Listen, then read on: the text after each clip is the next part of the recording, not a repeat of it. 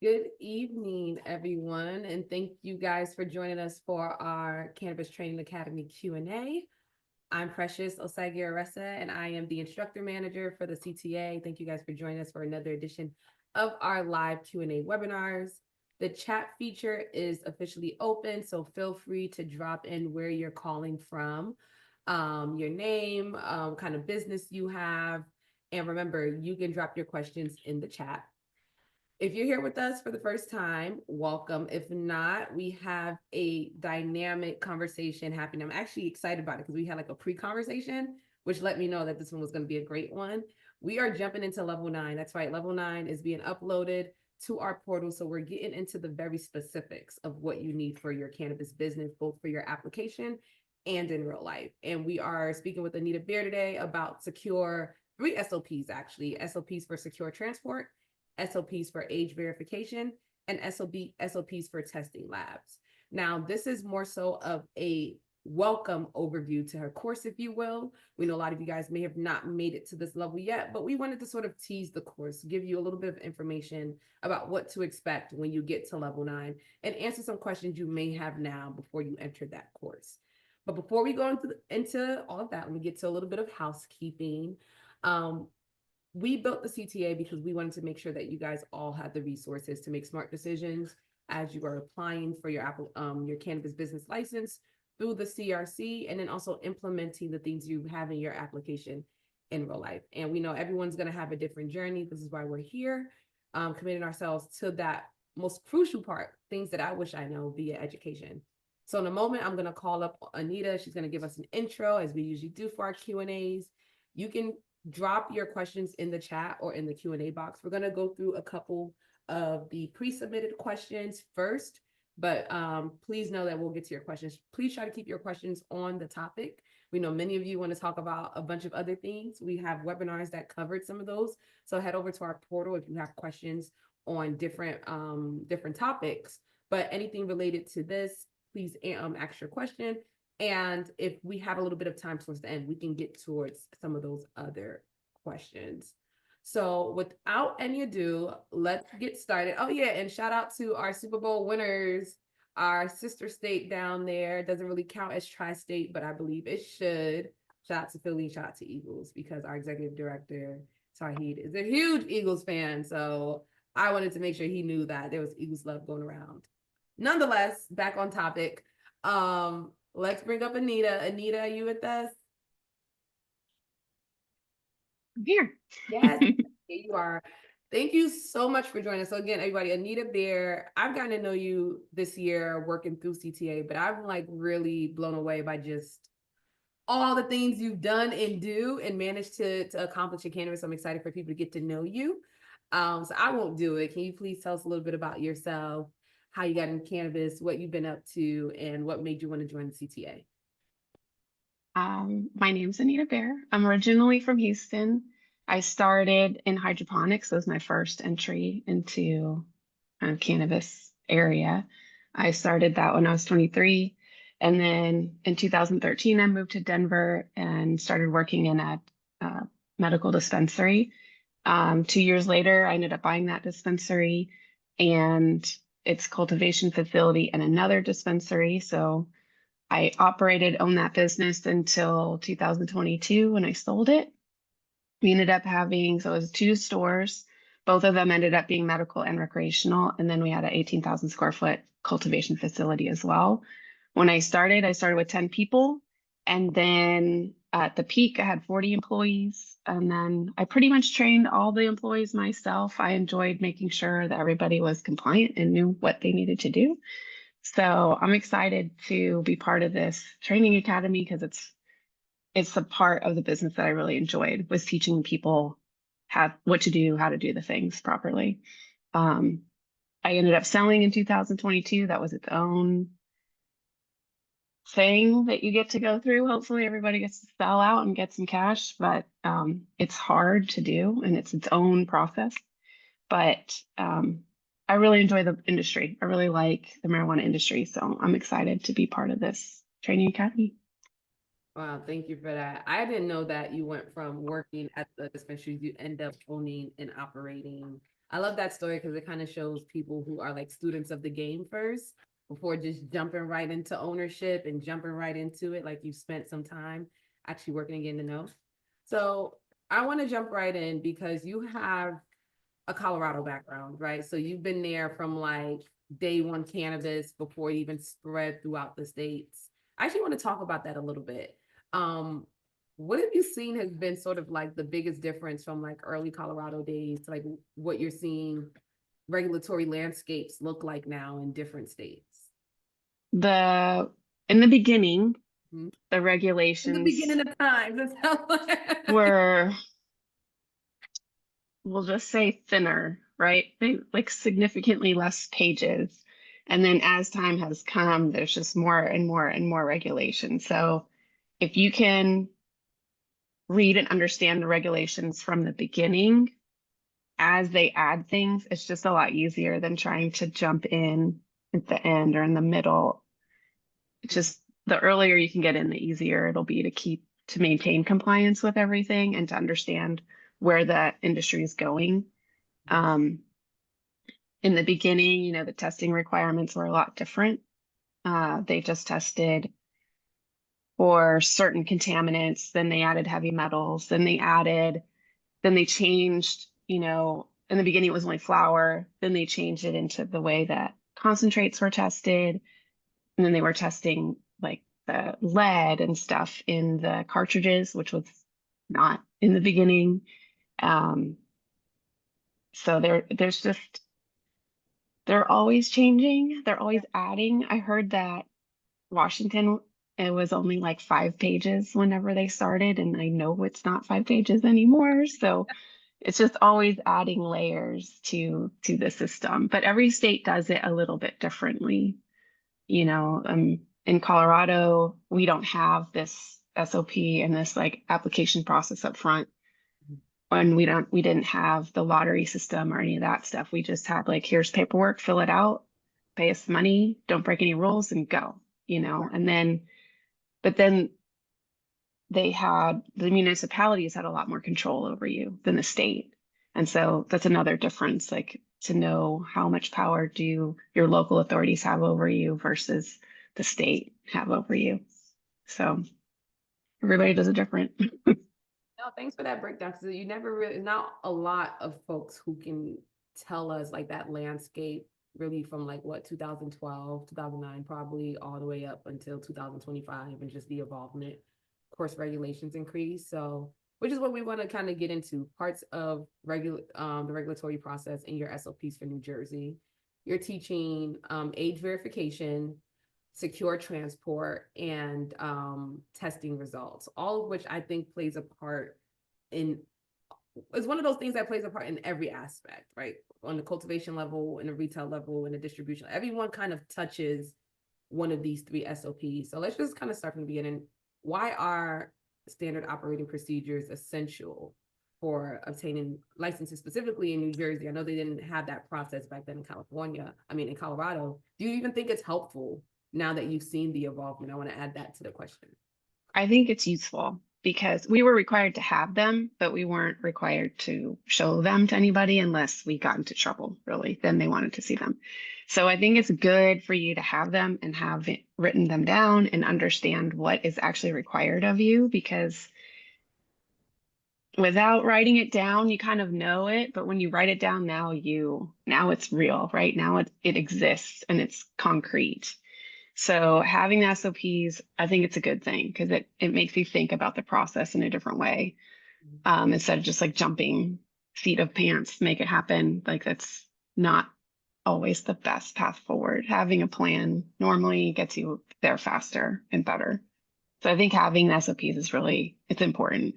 Um, and then what was your other question? Sorry. Not just like, yeah, if you see it as a necessity for the application, knowing that it wasn't a necessity back in the Colorado applications, being that it's required in New Jersey, do you think that's helpful for entrepreneurs? And I guess you kind of like summed that up there, like, yes, because when you do write it, you do know it. And like you Yeah. trained your staff to know it and keep everyone compliant. So it seems like um throughout all of our courses, that's something that every instructor has been saying. Like you have to be the one as entrepreneur, owner, operator to just not write down your SOPs, but to know them well enough. You need to know them.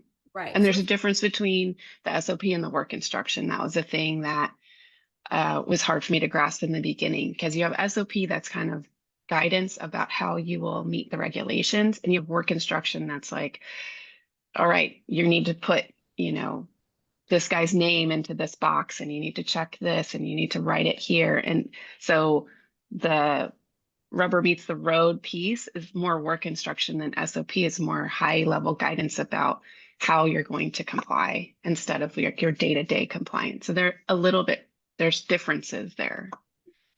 I have a other one-off question, because you made me think about somebody. A lot of our students are in various places of the supply chain, cultivation, retail. You've had to implement SOPs on both ends, right? And operate them both ends.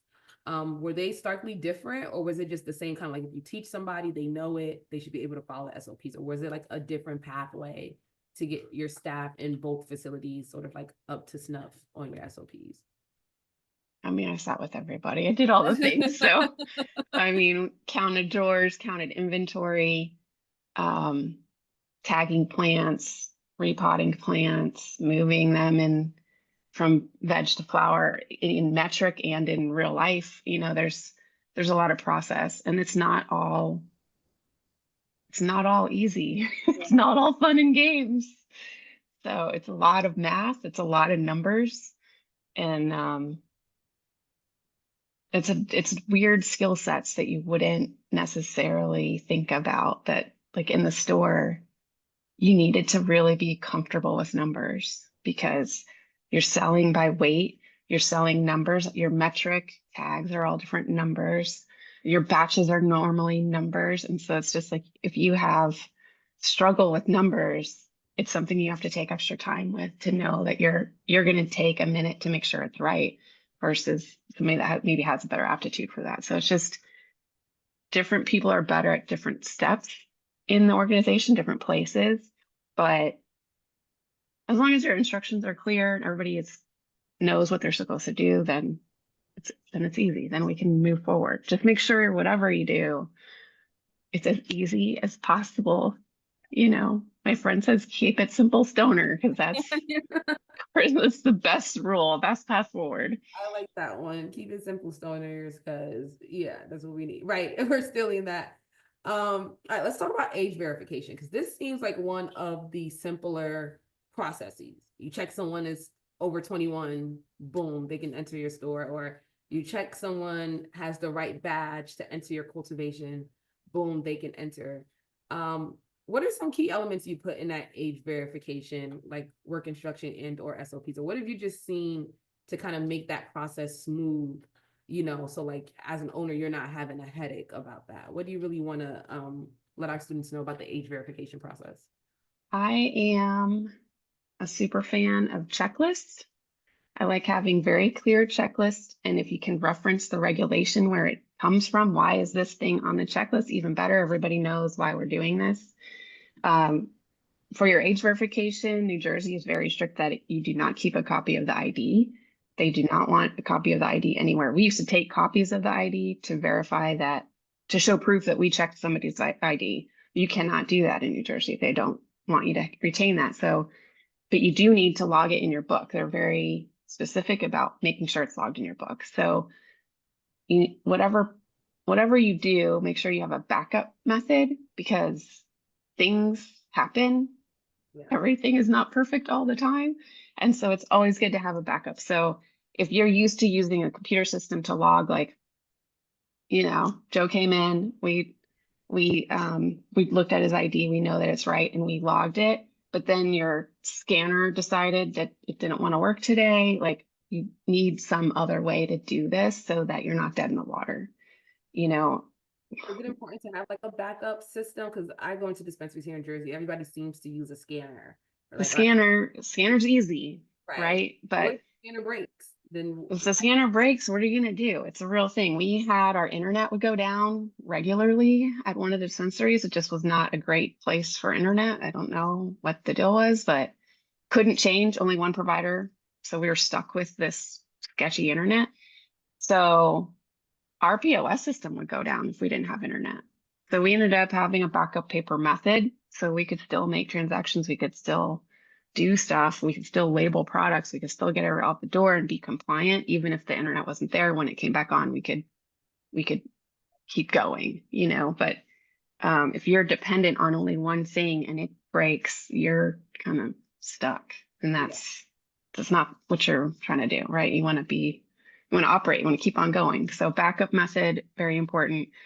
For age verification, they want you to log when you come in, and they want you to log before you do the transaction as well.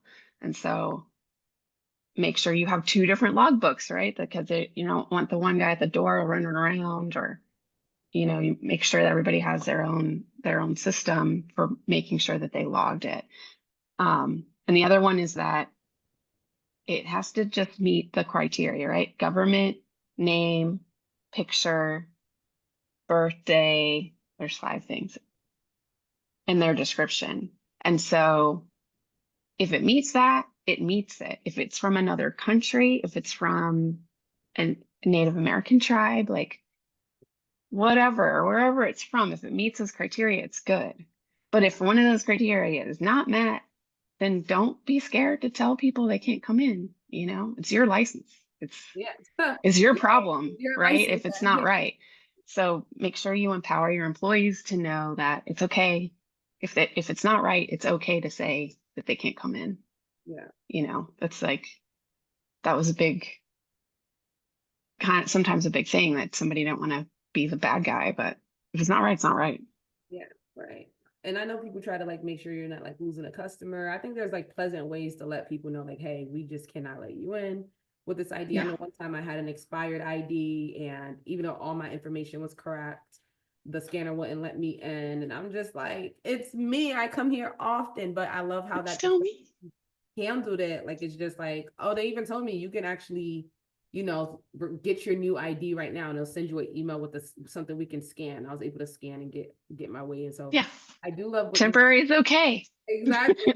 Temporary will get you there. I love what you said about backup processes. I think a lot of people get so hell bent on like just what everyone's doing, and like that will be the only method that works no matter what. But you're right. You could have internet outages. You could have broken scanners. You could have a bunch of things, and like you will get audited, and the CRC will want to see, well, how did this play out? What is your SOP? So those are definitely gems. Um, Moving on a little bit, because again, we're just touching on each one. Again, if you guys want to learn more about the age verification SOP, make sure when you get to level 9, you detail that class and go into it, and need to talk a lot more about it. So thank you for some high level points on that.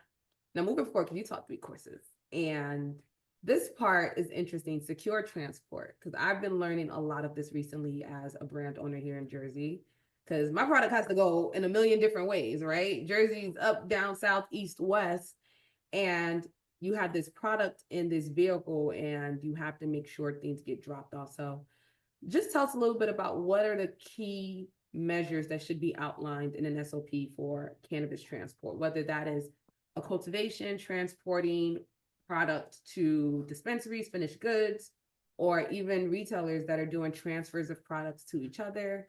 What are just some high level key things that like you have to do in your SOP for transport? Okay. For transport, you need to have a place in the back where you can lock the stuff. Mm-hmm. Your driver needs to have a GPS on them so you can track where they're going.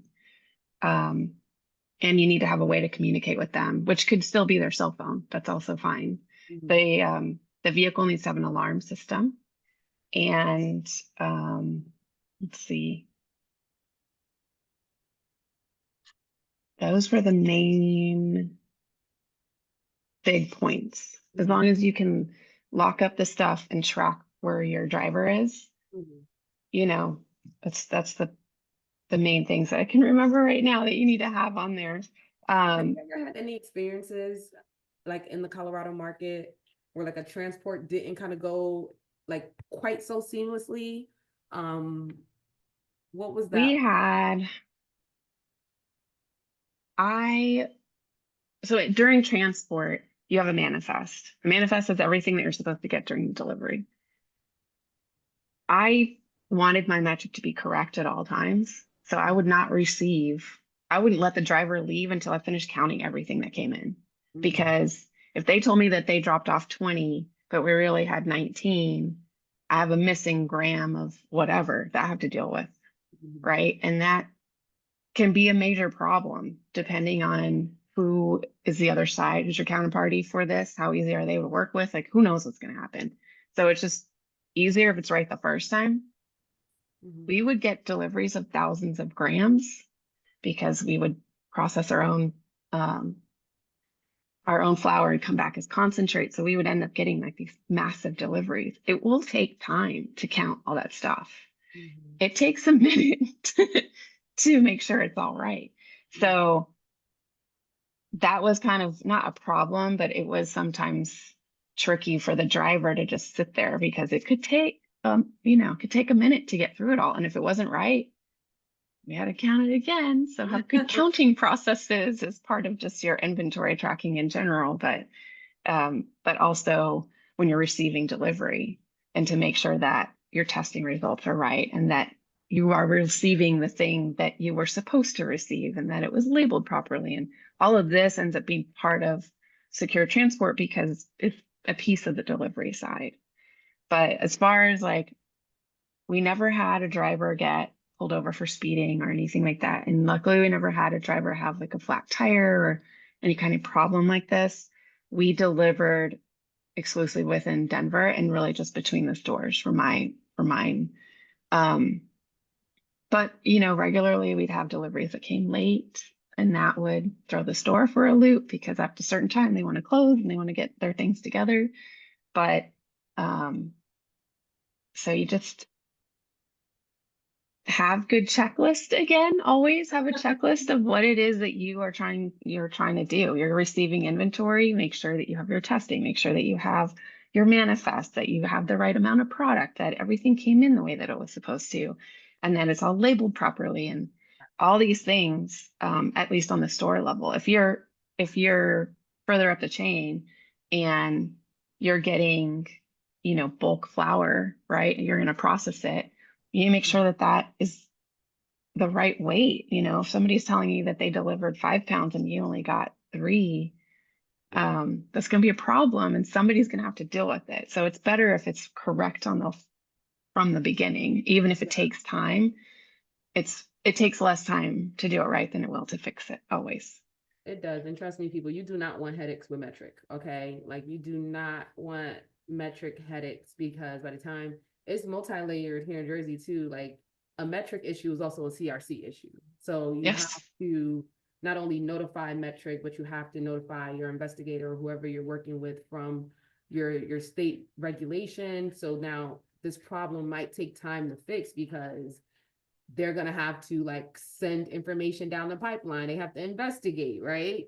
Figure out what happened before giving you the green light to, you might end up having that whole lot of product stalled because of, yes, a missing gram or something. So like deliveries are not to be taken lightly. It's not like, oh, delivery here, scan that the dude up, see you No. later, send on his way. Like working now as a brand, like when my deliveries are going out, I loathe getting an email saying, "Oh, something didn't happen." It's just that eats up a lot of time. So, Yeah.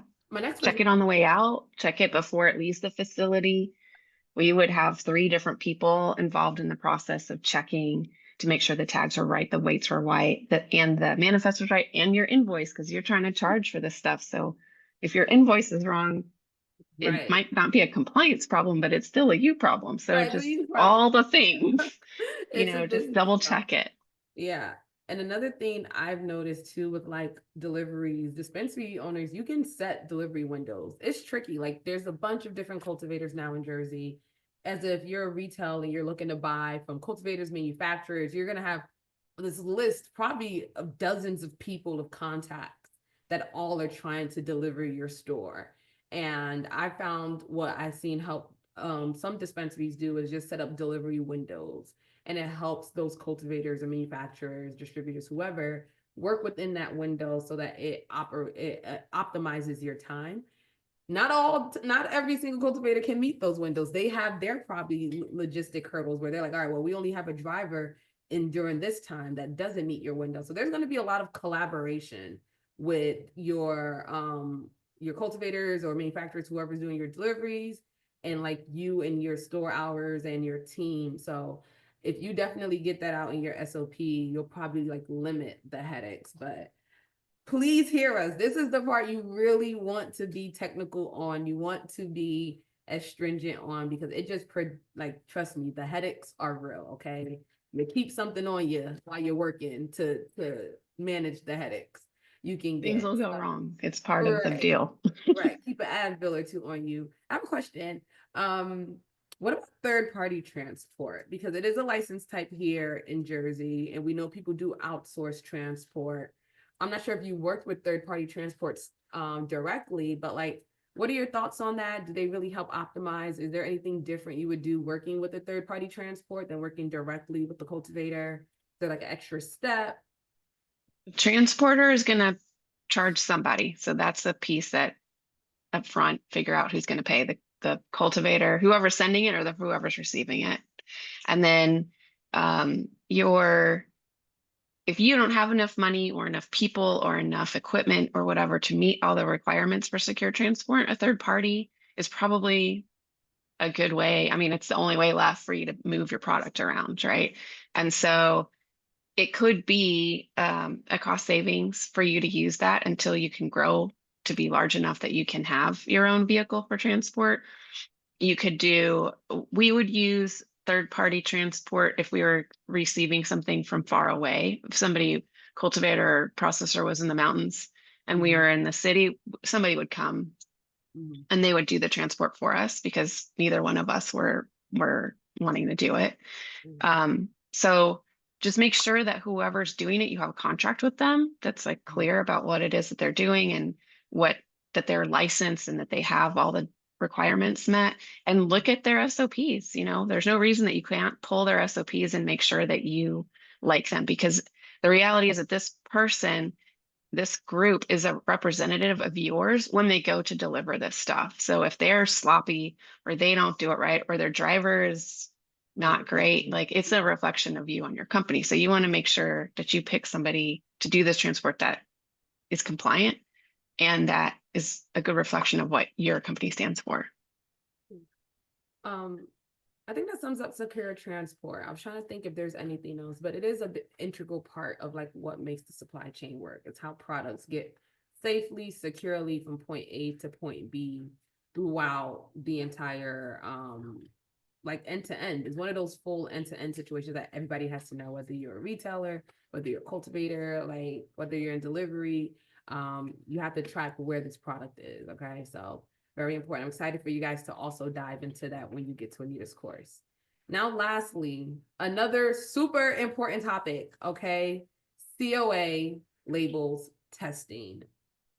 Just, I don't even know where to begin, because like I look at my COA label and it's so many things. I'm looking at one here and you see the total cannabinoids, THC, CBD, um, CBO, like CBG, all of your terpenes you're testing for.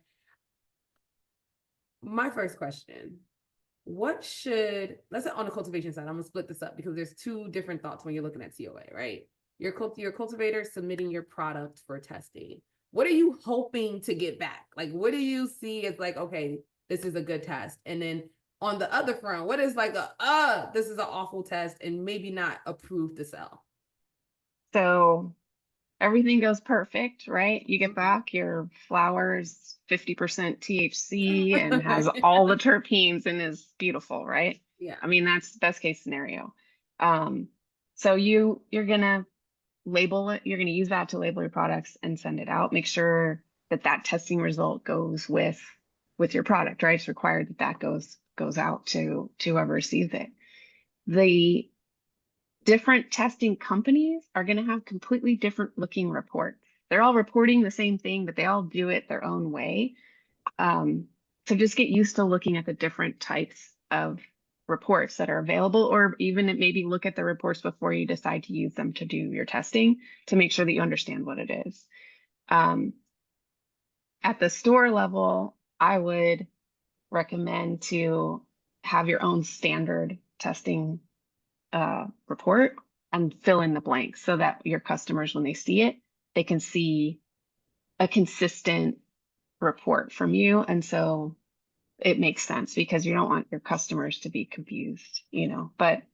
Um, but as a cultivator, everything goes great. You know, you move on down the line. You label and you keep going.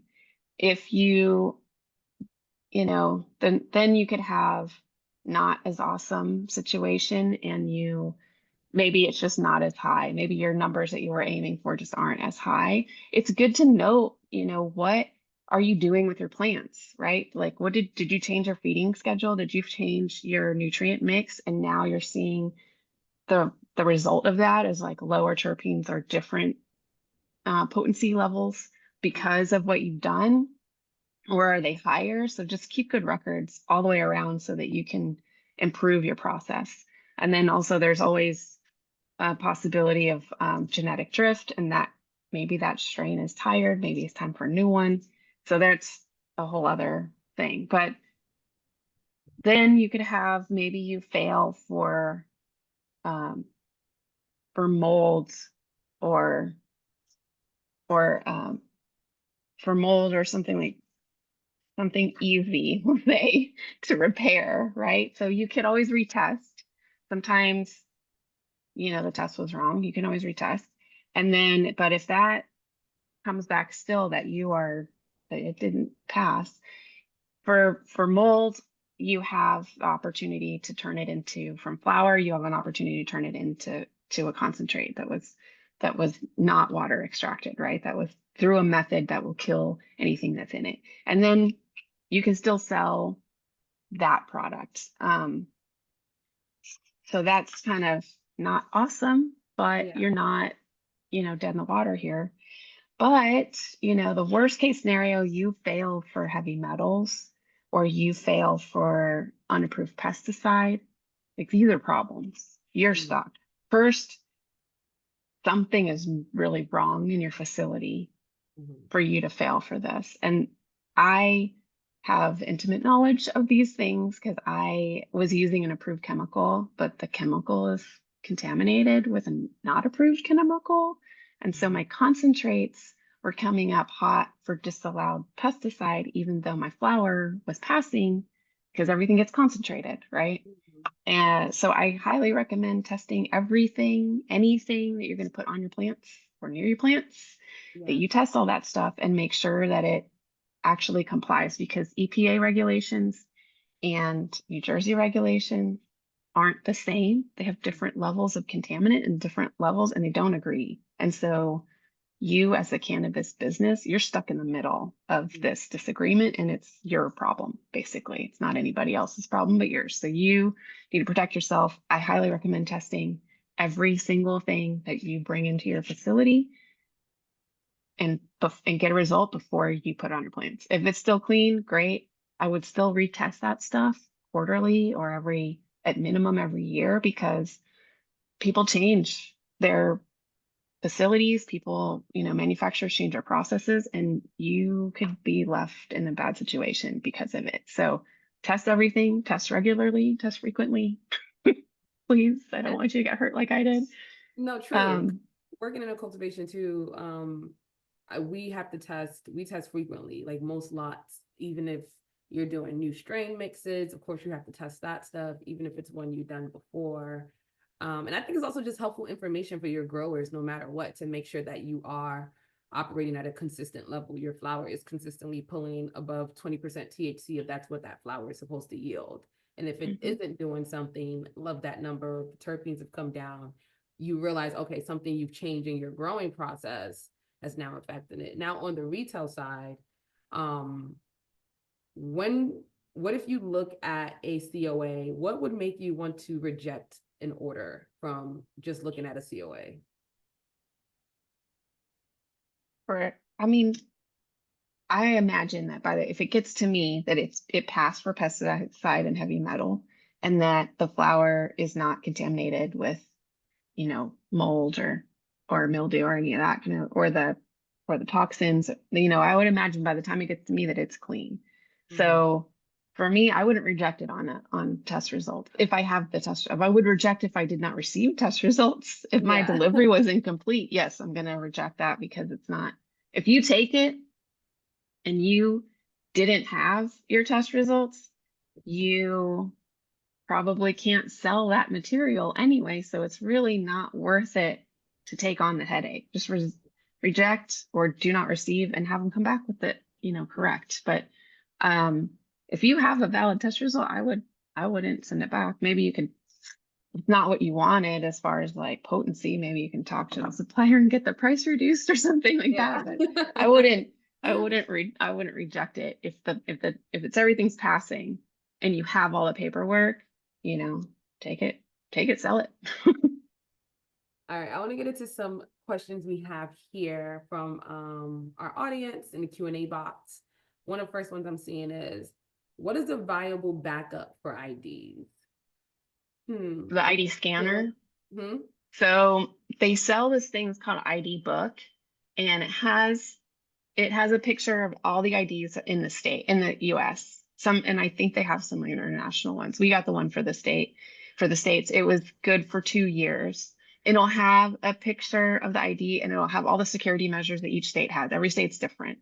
The other thing to remember too about ID scanners is that not all states use the same barcode on the back.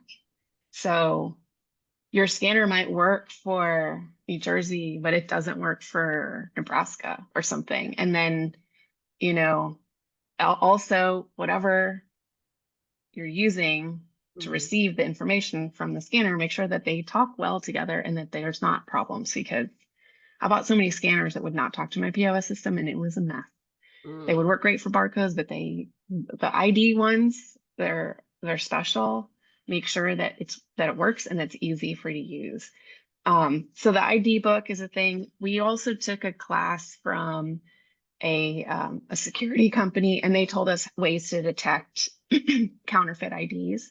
I don't know if you're going to run into that. It was, they want you to make sure take the ID from them, hold the ID in your hand. Don't let people show you their ID in their wallet or whatever. You can't really verify that it's real that way. So make sure that you're touching the ID, flex it, back and forth, and touch it, right? Like feel it. Does it feel right? Or is it there's something weird here? They were telling us like if you flex it and it starts crinkling or it starts peeling, like that ID is not, don't take it. Better to be safe in this section than to like sell to a minor or to break the regulation. So if you touching it and it feels weird or it doesn't, that ID doesn't meet the book, doesn't look right, then don't take it. Just don't feel bad about it. Yeah, absolutely. And I definitely would refer back to the New Jersey regulations because I don't know this off the top. If folks can use like their passport or You can use your passport. Right? Or what other acceptable forms, if not a driver's license or a state Government issued. Yeah, Has to be government issued by a government. Have your Right. picture, have your name, your date of birth, and a description. If it has these 5 things, You're good. let's shop. Let's do this. Another question is, do you require your drivers not to stop anywhere once they picked up the product? So I guess like what if they want to take, I did hear actually a story about a driver taking a lunch break in like California or something, and then some happened. I don't think that is allowed in New Jersey. So you have to have everybody gets a manifest. Before it leaves the originating facility, you have to make a manifest. And on that manifest is required, how are you going to get there? And you can't, because in Colorado for a long time, they were saying, whatever GPS says, that's our path. That's not really legal. You need a path, right? This driver is supposed to drive on Main Street and then turn on whatever. And, your whole path needs to be written out. And then whoever's monitoring, because New Jersey has a requirement that they be monitored, will know, hey, guys, deviating from the path, where are you? What's going on? There's construction and you can't do the path as it's written? Like, okay, we need to know, right? Like home base needs to know that there's a change. But you should have a defined path of where this person's going. They're not allowed to deviate from the path. They're not allowed to put anybody else in the car. You can't have your buddy come with you. to go let's go deliveries together. Like that's not allowed. Another So thing. they have to work for the company. They have to have a badge, this kind of stuff. So um, there's question marks of like, what are you going to do if there's a snowstorm? What are you going to do if like you can't go anymore? You have to you have to lock it and put it with the armed car or armed alarm system if you're going to leave it with product, and you cannot leave product overnight in the car. So you could stop, the driver's gonna have to go to the bathroom at some point. They're gonna do deliveries and they're gonna have leftover deliveries in the car. So you have to arm it. The car has to have GPS. Um, but you can't go joyriding around and like, oh, go to the store real quick on my way back. Like that stuff's not allowed. Uh, Thank you for that. Another question we have here, how do you handle contingencies where a worker breaks an SOP or the business is out of compliance and gets in trouble? Did you have to rectify this with possible fines or fees and penalties? And how did that impact affect your SOPs moving forward? Okay. Do you have fines and penalties? You could. It's up to the commission at that point if you like. It's up to them how they want to handle that. But Depending on how fines, severe. and then don't think that the fine's going to be like, oh, it's $10 fine. Like it's going to be a fine, $100,000 fine. It's going to be a fine that hurts you or possibly breaks your business. So it's important not to break the rule. Yeah. It's very important to be compliant. Yeah.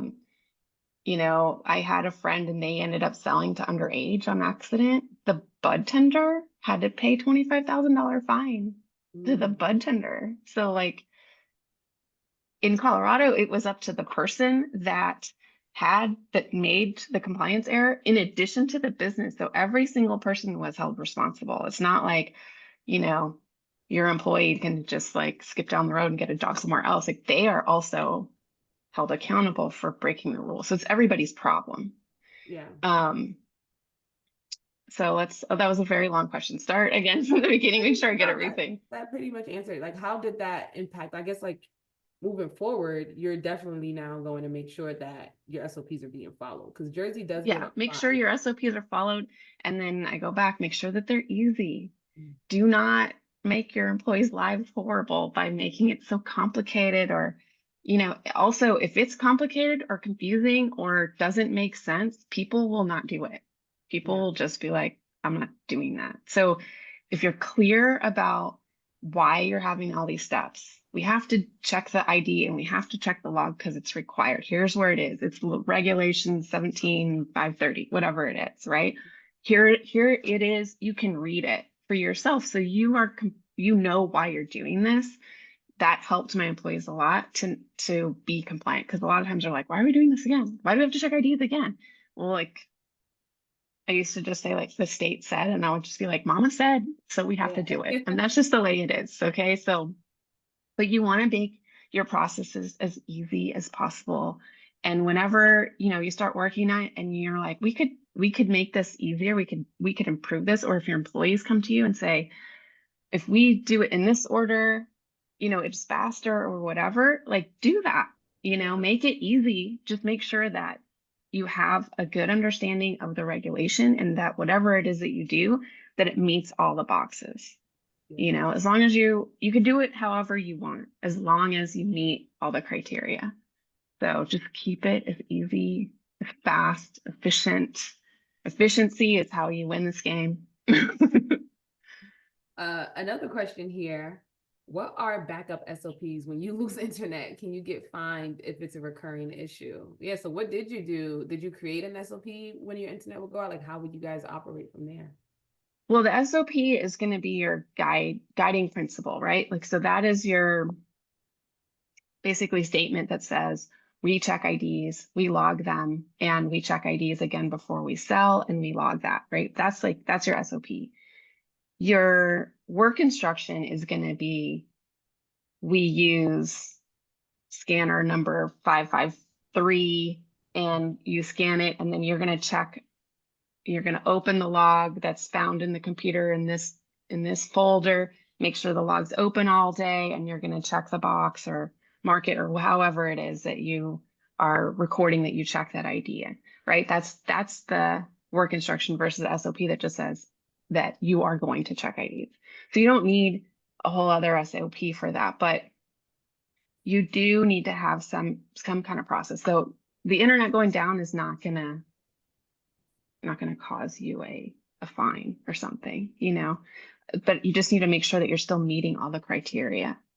So, you're still checking IDs, even if like your scanner has to talk to the AI before it can scan, like you can still physically check the box that says, I checked this ID, you Mhm. know? Right. So, so there's always another way to do stuff. There's always multiple pathways to get to the same place. And so I just would have something in the backup, because if your scanner breaks, your employee got mad, threw it on the floor, and now it's dead. You're gonna have to figure something out. Yeah. And things happen. These things just break. Like everything, whatever can go wrong in your day, at some point it will. And if you don't have something way to keep going, be flexible and find a path that still meets your regulation, like you're gonna have many bad, sad days. Yeah, yeah, So absolutely. I think people where we get lost in such a digital world that we forget like there's very much analog ways and manual ways to do things and to have record keeping of things done on paper and like find other ways to operate. So probably not what you immediately think of in your SOP or work instruction, but like you say, you just want to be prepared. You don't want to be on the spot and then have to like try to figure out yeah. what to do next. Like really try to use a lot of what Anita is saying to help prepare you guys in your applications. All right, our last question before we close out. What happens if you get a batch that is later recalled? Is this an insurance issue as well?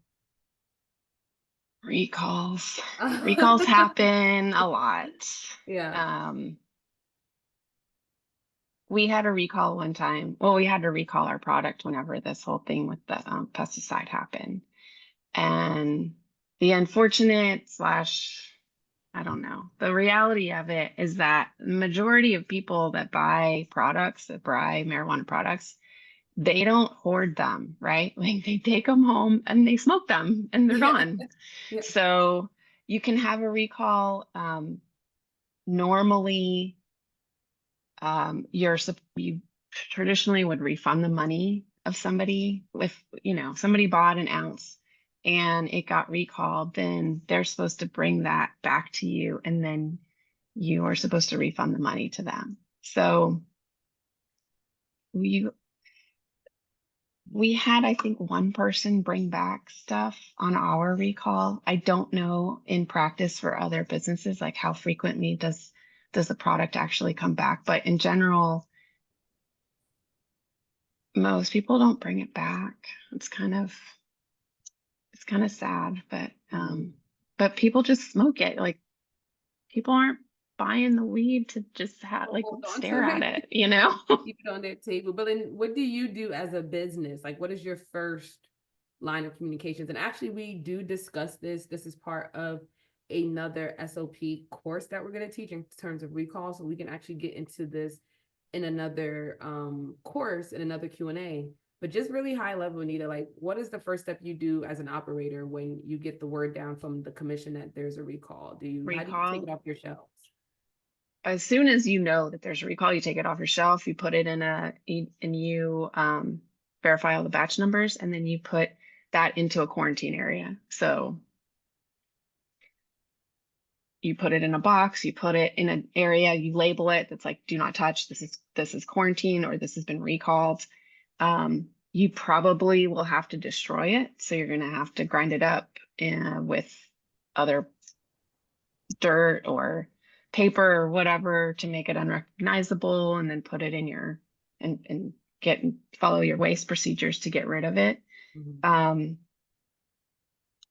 I don't I think it would be extremely rare that you would bring it back to the originating facility, because if it's recalled, it's trash. So it's Mhm. got to be destroyed. Your facility, you'll have to see if the commission wants you to hold it, or if it's just get it, quarantine it, and get rid of it and Yeah. destroy it.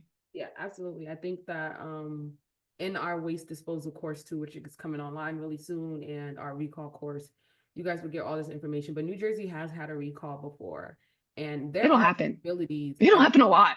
Right. There are liabilities everywhere. Like you definitely do want to have insurance. We also covered insurance in level 7 because you have someone maybe claim to have gotten sick from smoking a recalled product, and everybody who had something to do with that product could be liable, from the person who sold it, the dispensary, from the person that created it, which is the cultivation, from the testing lab that may have missed it. Like, think about what you would do if you smoked some bad product. I'm sure you're going to look at all of the players involved and see who's going to cash out from lawsuits, because people can get seriously injured. So definitely go back to our insurance class and stick around for our upcoming recall and waste disposal classes. Those will definitely tap in on those. We took everybody's name um, whenever whenever we would do sales. We offered like points or customer appreciation type of points or tickets or whatever, so that you could earn as you spend more, than you could get coupons or whatever, right? So we had a large population of customers. We knew their name, and we knew sometimes we would have their email address or something, some way to get in contact with them, but not everybody wants to be associated with their purchases. So if you do know who purchased your item, because you'll know in metric which batches and what tags, and you'll be able to go back to see who got what. And so you as the store owner know when you sold these products, and you know who you might be able to tell who you sold them to, depending if you were able to capture that information. But a lot of times these people are out of state. They come in, they buy the stuff. You have no way to contact them,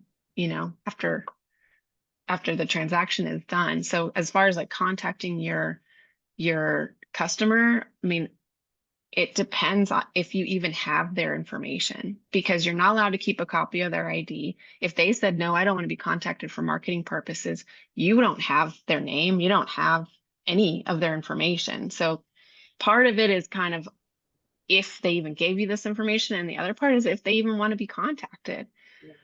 The state was going to put up that this product was recalled. So it's also kind of up to the consumer to Be aware. like watch and see, is that the vape pen that I have? Is that the one that's bad? Or is this, eighth or whatever? Like it's kind of two ways on on how that goes down. Well, thank you for that. I think those are all this was actually super robust. I feel like this is for if you have watched the course. I'm glad we did it this way, because now everyone, you get to actually go into the course and get more details about what we just discussed. You'll get a lot of the fine print when we talk about age verification, testing results, and secure transport. So Anita, thank you so much for taking the time to give us a prelude, so to say, of your courses. I actually think it's going to be just super interesting for folks to dive into. This is where rubber meets road, right? This is level 9, folks. This is where rubber meets road in terms of how you will actually operate in real life. So we appreciate everybody for tuning in with us tonight. You guys, please be on the lookout. We are going to be launching some focus groups and some more interactive ways for students to get to know each other, talk to each other, and also talk to instructors to get a lot of your questions answered. So make sure you are on our portal, on your emails, looking out for that information. We will be back with more of our level 9 series. I cannot wait to bring on more of our instructors. And then one last thing, is something I ask every instructor before I leave or before we close out, is just, what is the advantage of taking your course? You will understand all of the nuances of testing results, age verification, and secure transport. There's a lot. Testing results is really thick. Like, I would take this class more than once, or review it more than once. There's a lot. Age verifications, it's not super complicated, but the testing results, because of all the like, if this, then that, it's a lot. It's a lot in real life. Testing results is a lot. And then secure transport, it's pretty long, but I don't think it's as complicated. It's kind of more, once you get it down, okay, this is how we do it. This is the process. So that one's not as complicated, but testing results, and also always after you get a license, check, like keep up with the regulations, Yeah. update your stuff, keep it current, Yeah. All right. and slim it down. Keep it current and keep it simple, stoners. Applies to Yep. all of us. Yes. Well, again, thank you so much, Anita. Thank you everybody for tuning in with us on a Tuesday for our Q&As. We'll be back for another one later. I so enjoyed this conversation, and everyone have a great evening. Bye. Bye.